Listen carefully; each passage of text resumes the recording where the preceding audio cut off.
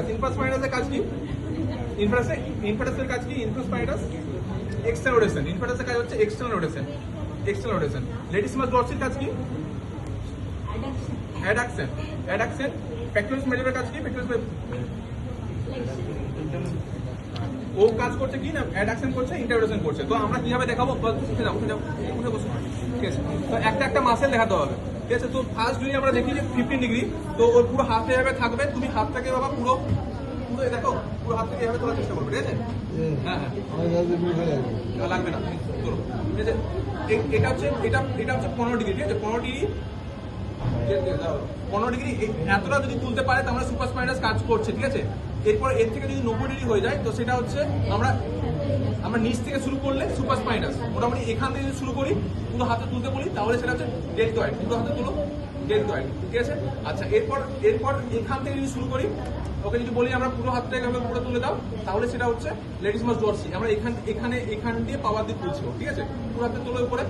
হ্যাঁ, তো যদি আমরা এখান দিয়ে শুরু করি, তাহলে সুপার স্পাইনাস মোটামুটি এই জায়গাতে যদি আমরা বলি যদি পুরো হাতে তোলো, মানে আমরা প্রত্যেকটা মাসেলে টেস্ট করার জন্য একটা অপটিমাল পজিশন থেকে শুরু করতে হয়। তো অপটিমাল পজিশনে সুপার স্পাইনাস 0 ডিগ্রি থেকে শুরু করতে হবে।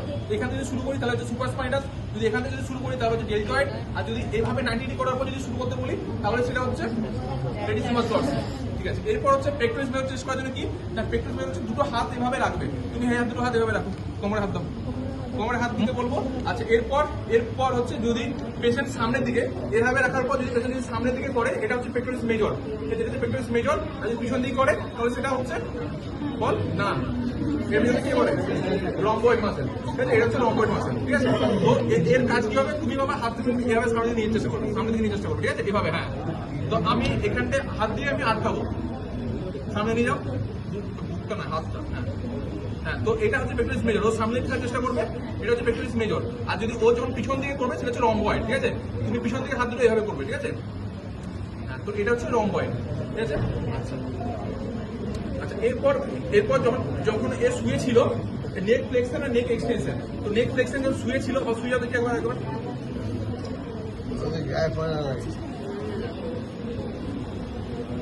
শুয়ে থাকার সময় যদি ও নেক মাসেল দেখার জন্য, নেক ফ্লেক্সন দেখার জন্য কি করতে বলা হয় না, স্ট্যান্ডিং করে ম্যাক্সিমাম মাসেলগুলোকে এভাবে ঘাটটাকে নামাতে বলা হয়।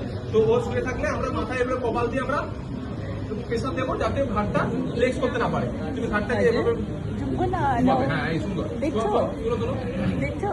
এটা এই মাসেলটা হচ্ছে স্ট্যান্ডিং ম্যাস্টুরের মাসেল। আচ্ছা, ট্রাপিজাস করার সময় কি হবে? ট্রাপিজাস দেখার জন্য পিছনকে উল্টে যেতে বলতে হবে।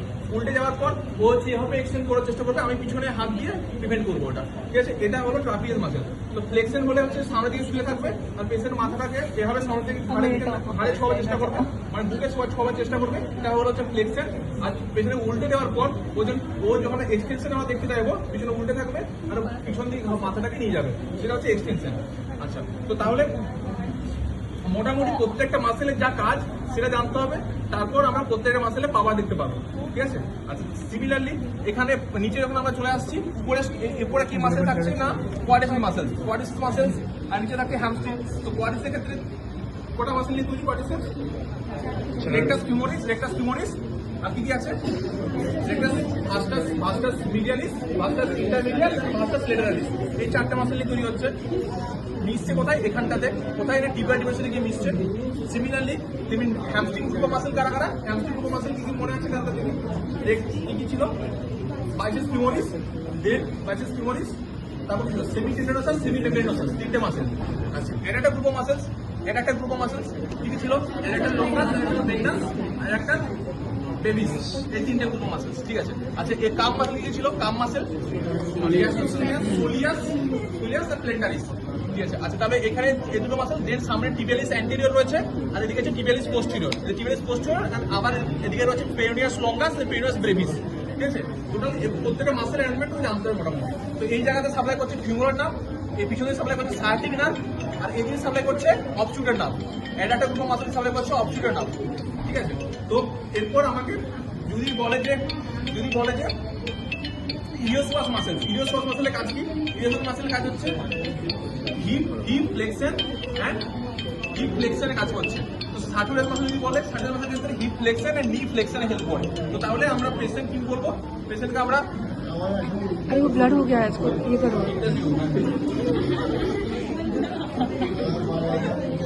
বলো